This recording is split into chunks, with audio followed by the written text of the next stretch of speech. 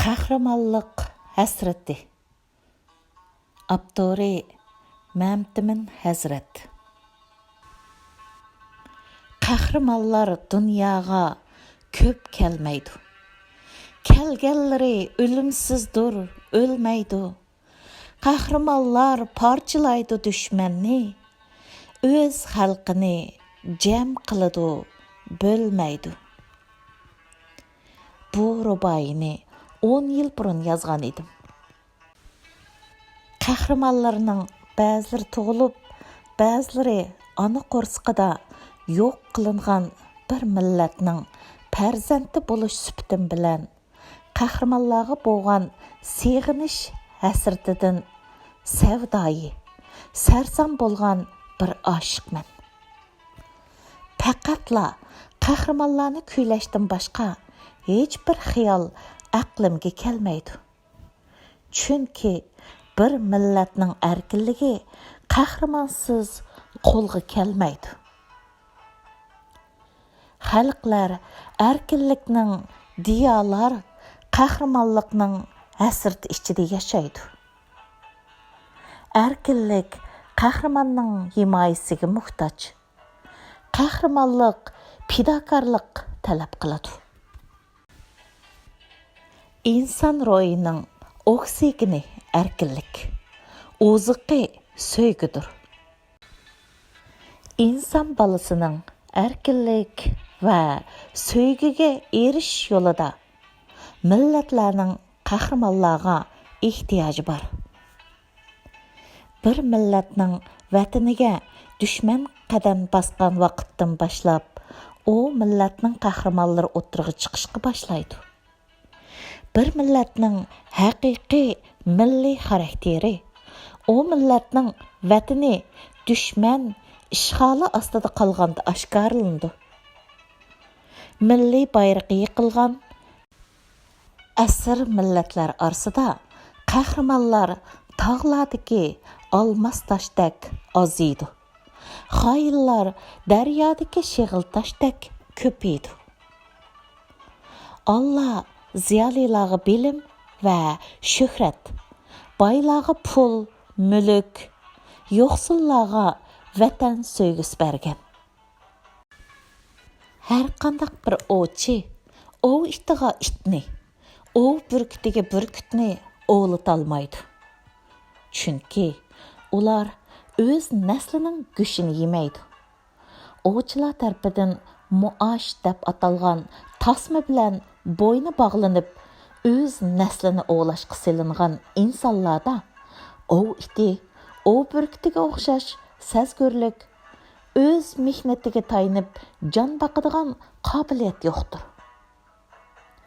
Ular oldiga akilingan go'shtning o'z qarindoshlarining go'sht ekanligini, ichayotgan sharoblarning qarindoshlarining qon, ko'z yoshlari ekanligini bilmaydi.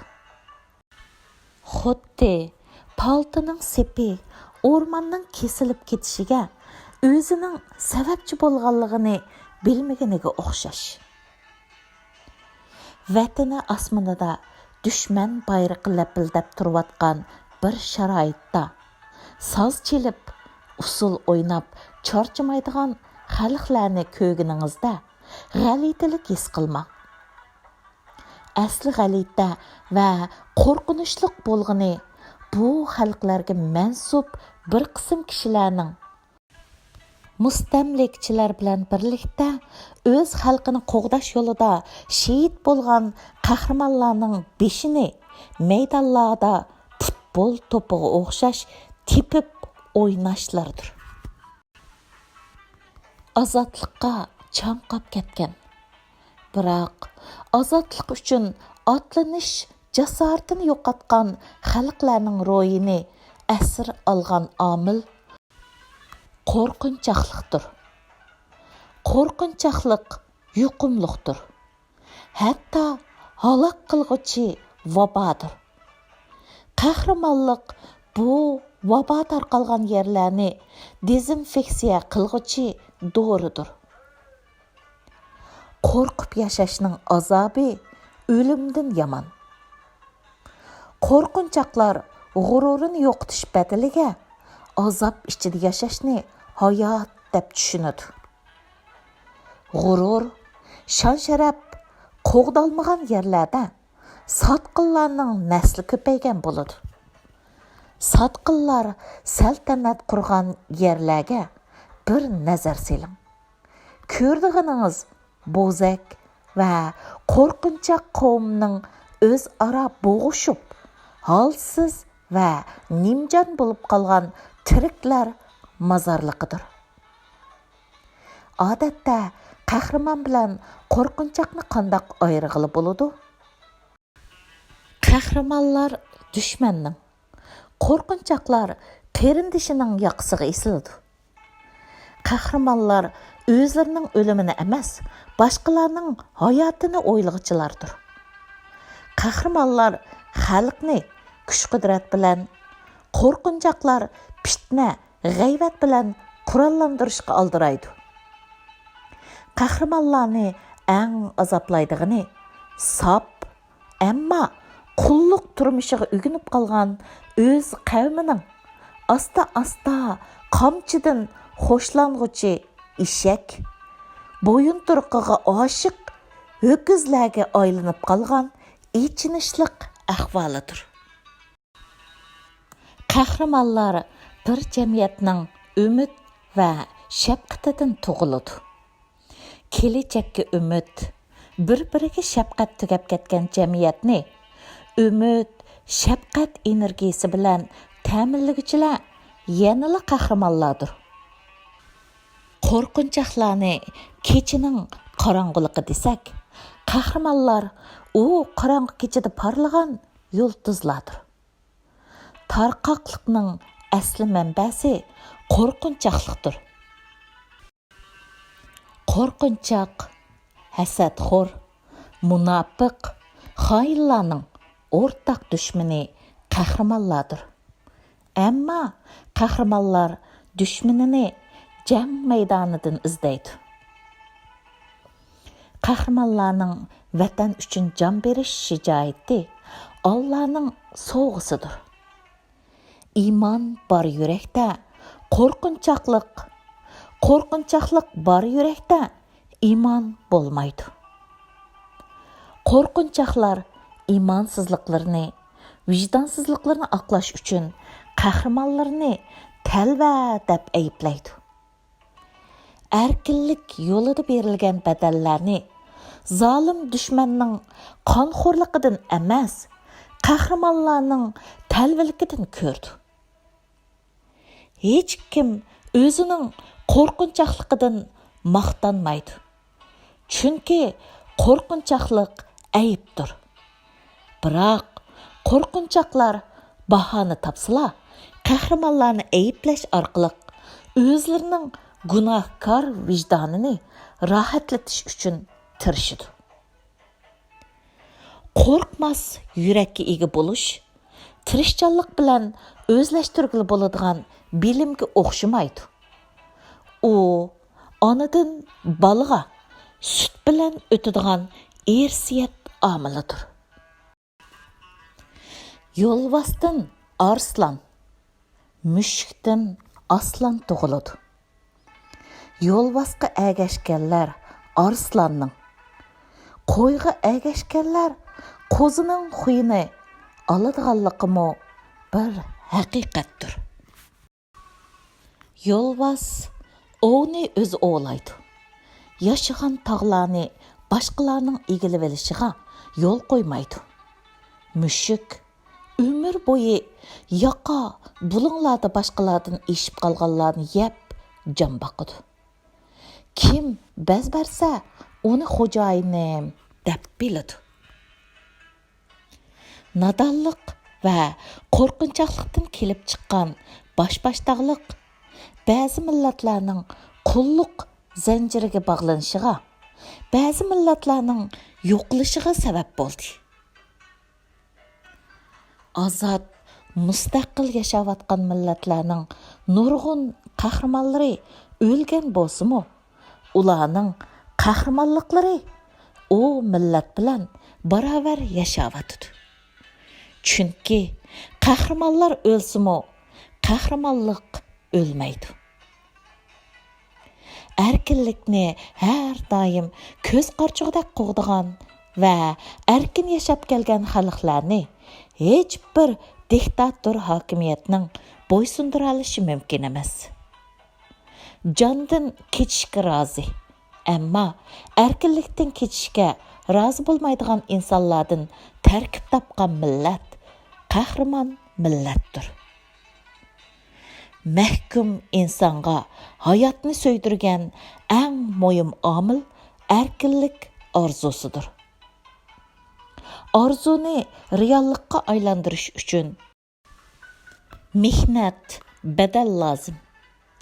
Eng ko'p badal va yuksak sadoqat, eng qiyin imtihon o'tganlardan o'tkazgandan keyin tabassumliq yuzini ko'rsatgan oshiqning ismi erkinlikdir. U qadrlanmagan, qo'g'diyolmagan yerdan ketib qoladi. Ozodlikqa hammaylan talpinadi.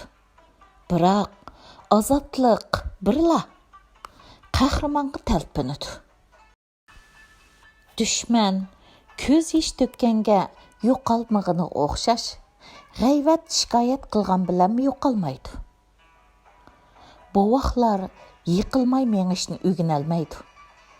Mag'lub bo'lmay turib, g'alaba qilishning sirlarini o'rgangil bo'lmaydi. Yengilmas bokser cho'lponlarning g'olibligi, ularning minglarcha qitim yengilishi, millionlarcha qitim mush yeyishi badalik kelgan.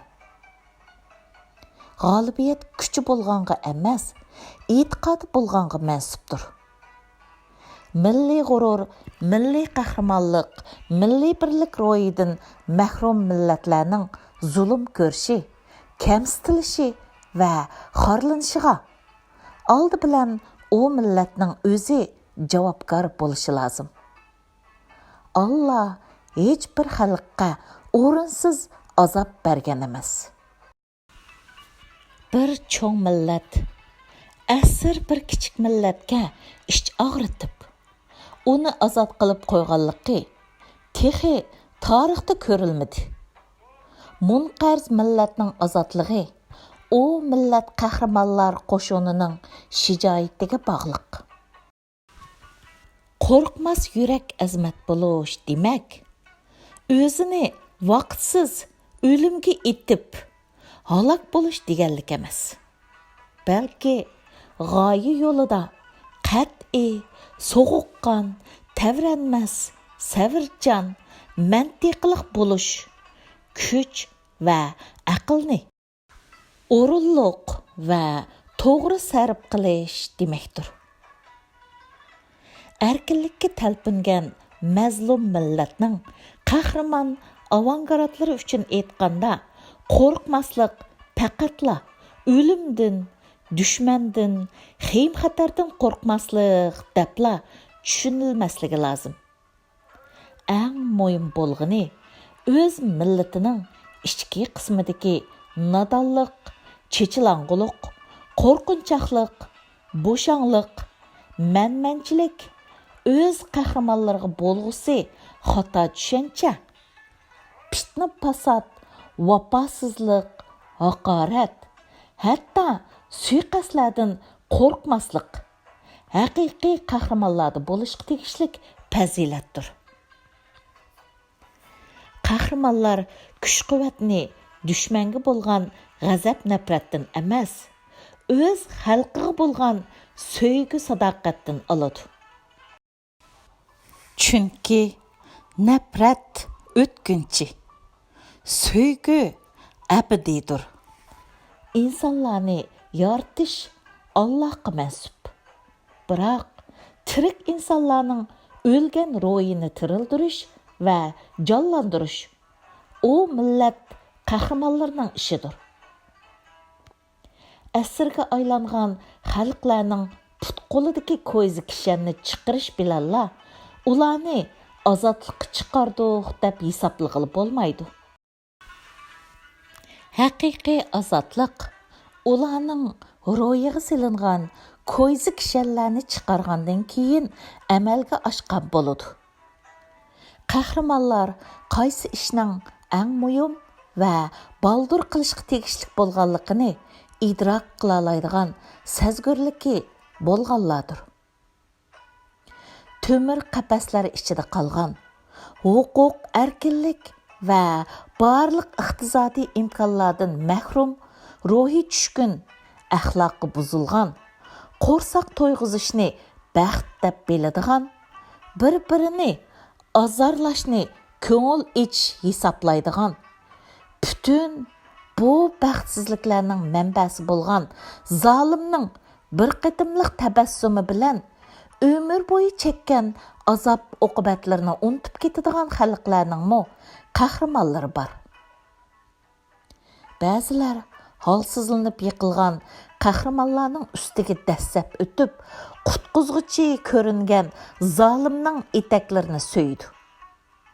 Haqiqiy qahramon ana shundoq chog'da o'z g'ururini oyoq osti qilganlarga emas, ularning insoniy xususiyatini, insoniy qimmatini yo'qotishga sababchi bo'lgan tuzum va bu tuzumni yaratgan zolimlarga nafrat qiladi.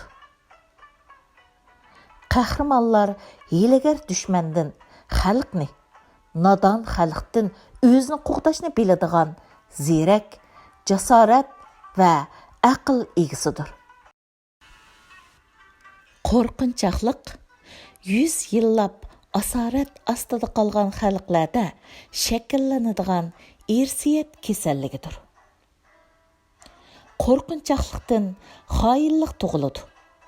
Qo'rqinchoqlik va qisqa yo'ldan katta manfaatlarga erishish uchun o'z vijdonini o'z qo'li bilan o'ltirayotganlar o'zlarini aqlliq, hayotning yo'lini biladigan qahramonlarni aqlsiz, ahmaq hisoblaydi. Haqiqat go'rga ko'milgan jamiyatda kecha kunduzdek, kunduz kechidek shakl kirganligini faqat qahramonlarla ko'ra oladi. Padaning qo'tanga solinishi normal ahvol.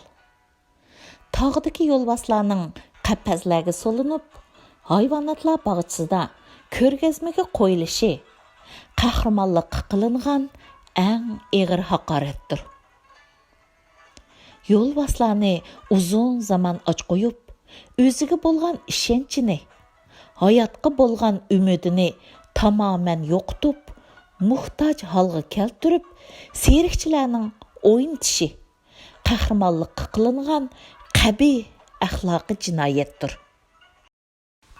İnsonni hayron qoldirdig'ini serikchining yo'lbosni muloyim qo'ziga aylantirganligi emas, balki yo'lbosning o'z vujudidagi kuch-quvvatning hech qachon azaymaganligini, tomirda iqiyotgan qonning yanala sap turayotganligini, irsiyatining o'zgarmaganligini xotirlayolmas holga kelib qolganligidir. Tomirlardan qon, buloqlardan suv oqidi. Tong otmaydigan kecha, uyg'onmaydigan ruh yo'qdir. Yengilish, mag'lub bo'lish, o'lish, yo'qlish emas. Bir millatni qo'rshovga olgan o'lim chembiriga taraygan siri, u millat onalari shuncha ko'p qahramon farzand tug'ishga boshlaydi. Men kecha jimjitligida o'ltirib, qahramonlik hikoyasini yozayotganimda, vatan bag'rini suyib, vatanning manga tunish hidini ilib kelgan shamollar qo'lig'imga shundoq deb pichirildi. Vatan mendan shu so'zlarni ivatdi. U yuksak tog'larni mening uchun kurash qilib, mening bag'rimga ko'milgan shahidlarning qabri tesh qilib tiklab qo'ydim. Bag'rimni bo'ylab kech kunduz lo'mshib eqiyotgan daryolar, hech bir zamon uyqu kirmagan ko'zlarimdan o aziz şehitlerim üçün eqivatqan көз yaşlarımdır. Мәйін şamallar o ruhlarını her günü üstümde kezdirip durdu. O qadirdan ruhlarını көрген her bir daraxt, orman, ösümlük, ulağı təzim qilishib, hürmet salamada turuşudu. Tağ jilg'illardaki yaylaq, vodilardaki, bağ-bağçılardaki gül çiçekler, xushbo'y puraqlarni shamallarga singdirib, shamallar orqali qahramonlarning ro'yiga yo'llab turishdan baxtiyorlik his qiladi. Ko'k osmonda uchib turgan qushlar, u muborak ruhlarni muhofazat qilg'uchi hurmat qaravullaridir.